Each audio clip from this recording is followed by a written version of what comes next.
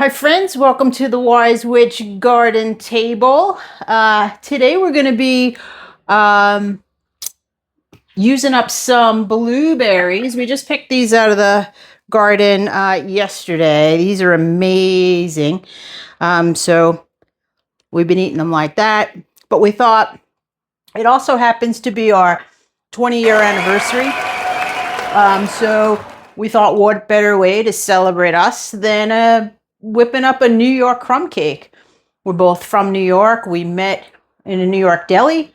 We worked together in New York. So perfect homage to a lifetime of love and adventure. Love So that. I'm glad you're stopping in today to make this with us. Just want to shout out to there's a great organization that if you do hashtag MMIW, that's what this shirt honors. It stands for Missing Murdered Indigenous Women.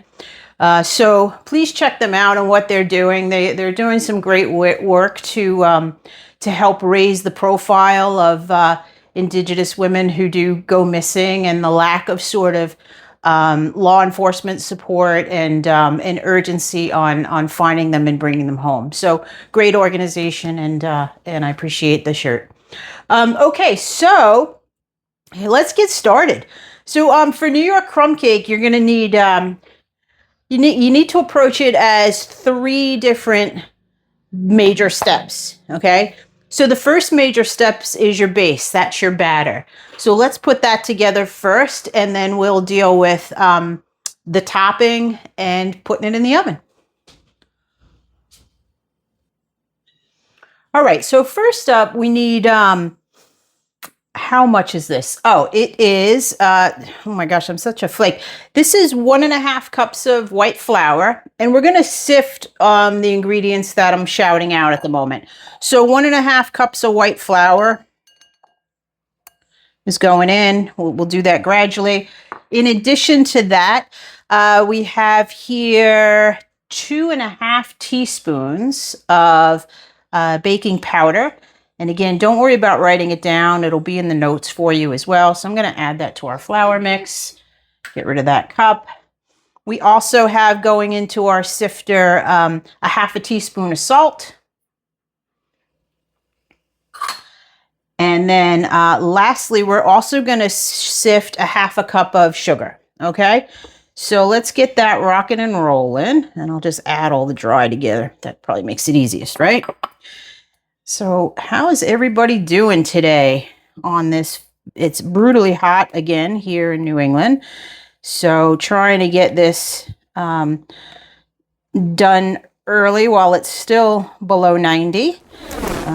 So we'll see what happens. All right, there we go. There we go. Now we're in business.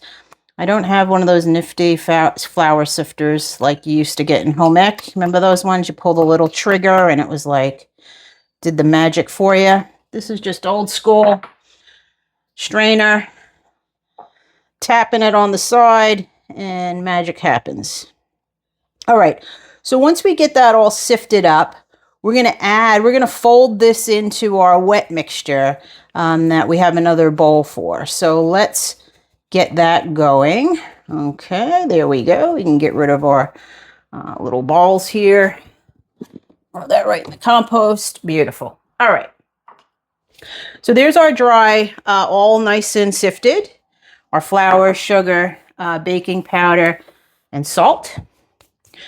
Now next up, we're going to do our wet mix. And our wet mix is going to consist of 1 egg. Okay, compost. Why? Because it's good for the soul. All right, 1 large egg.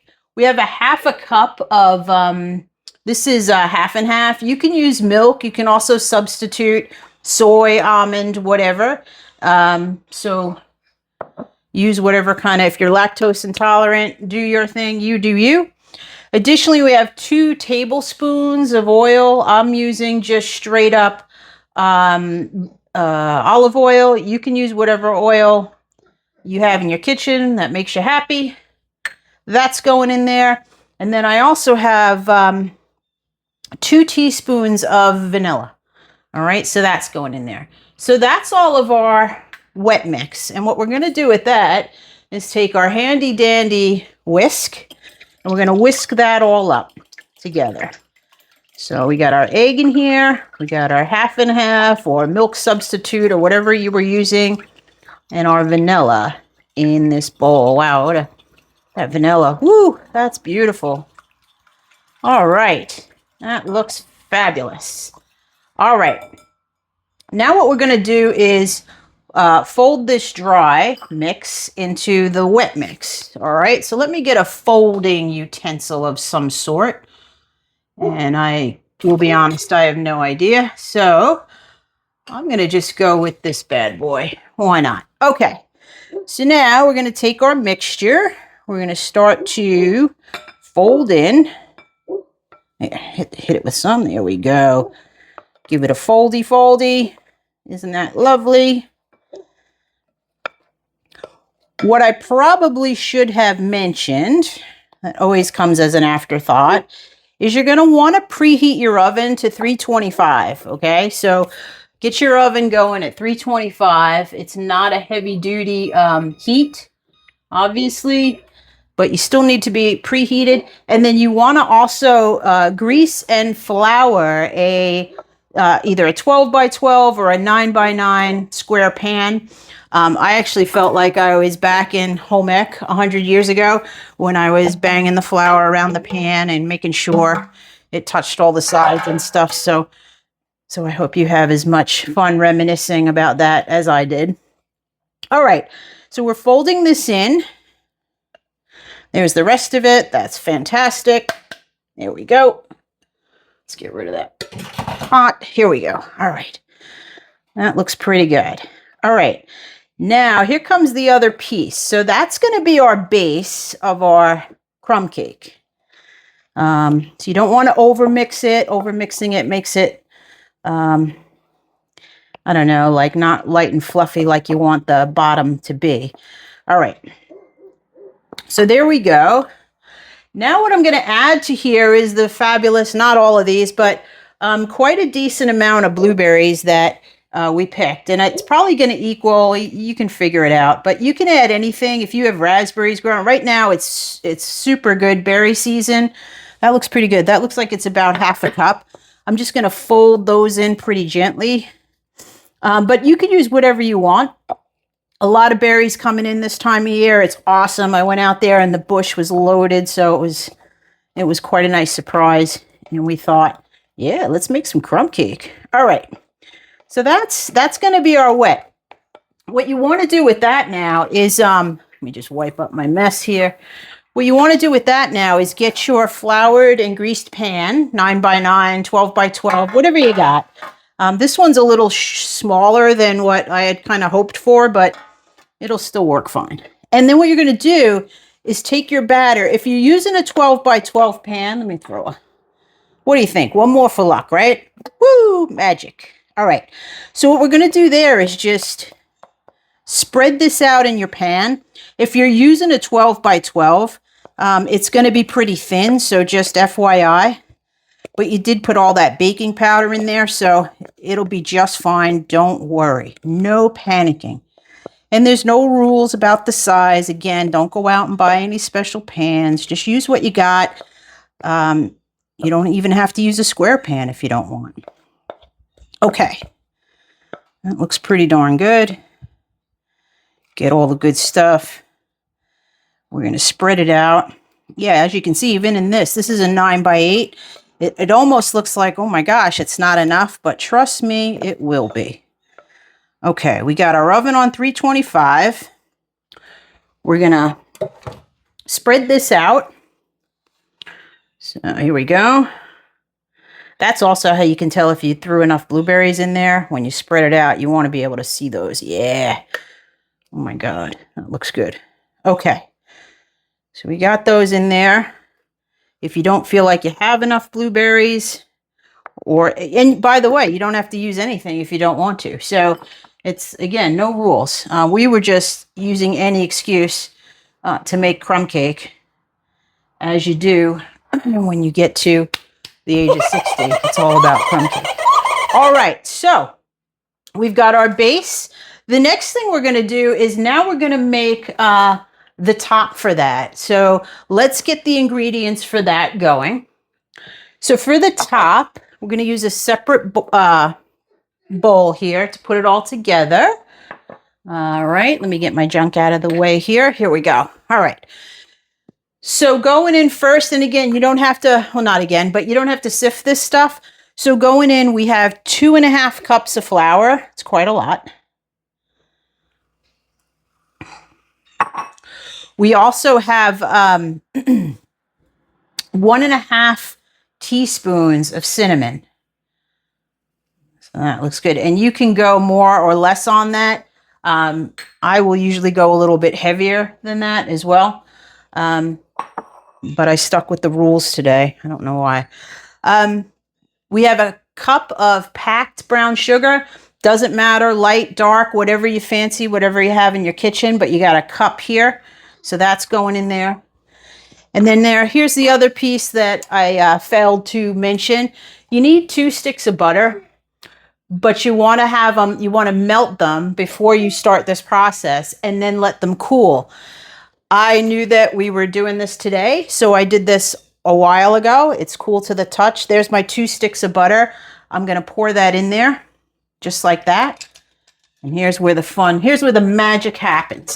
All right, let me get another tool of some sort. Here we go. Let's use this fabulous thing with a portal. And then you just start mixing it together, just like that. In the end, you are going to stick your hand in there. Let's first get it together. And you'll see that it's going to start to form crumbs. All right. Oh, look at that. Yeah, this is going to be killer. All right. Not killer, delicious. Good. All righty. All right. That looks pretty darn good. Now what you want to do is you'll see all this stuff is sticking. What I'm going to do is I'm going to start, and it's all mixed together. That's what you want, just like that. See that? It's all nice and together. Oh man, this smells so good. Okay, so now what we're going to do with this topping, let me just get this stuff off the sides. There we go. Is you're going to start to, I'm going to pick it up with my hands, and you're going to just start to crumble it and place it on the top, just like that. Okay. Okay, here we go.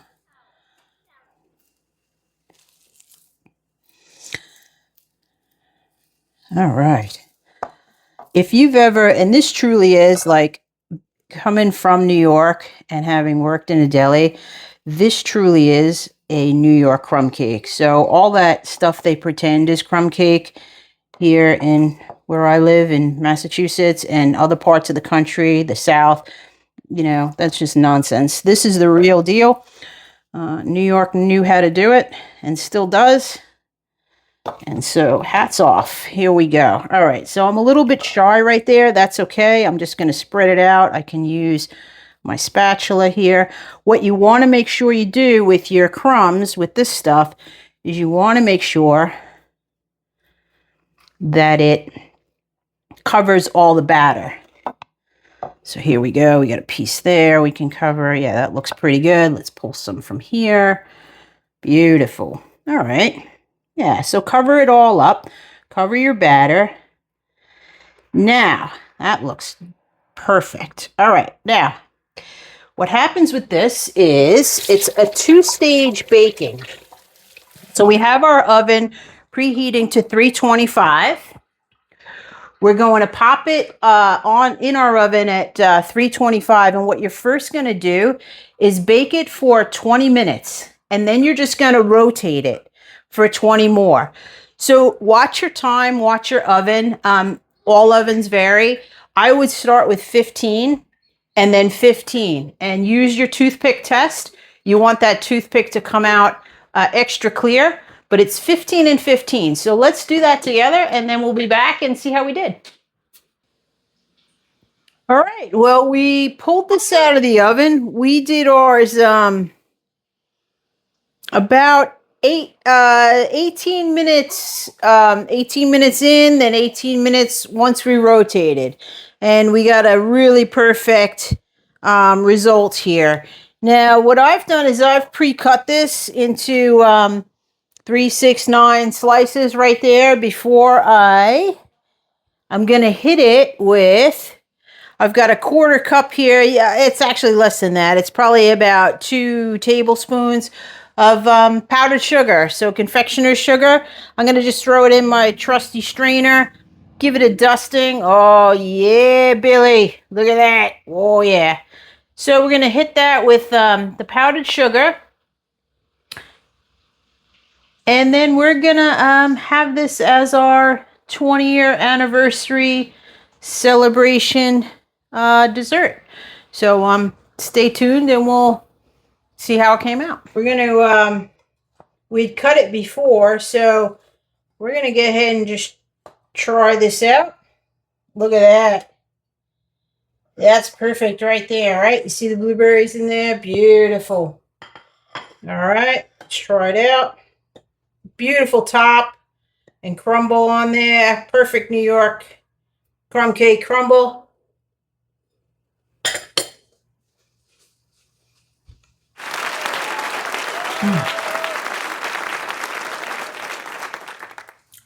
That's money. That's dynamite right there.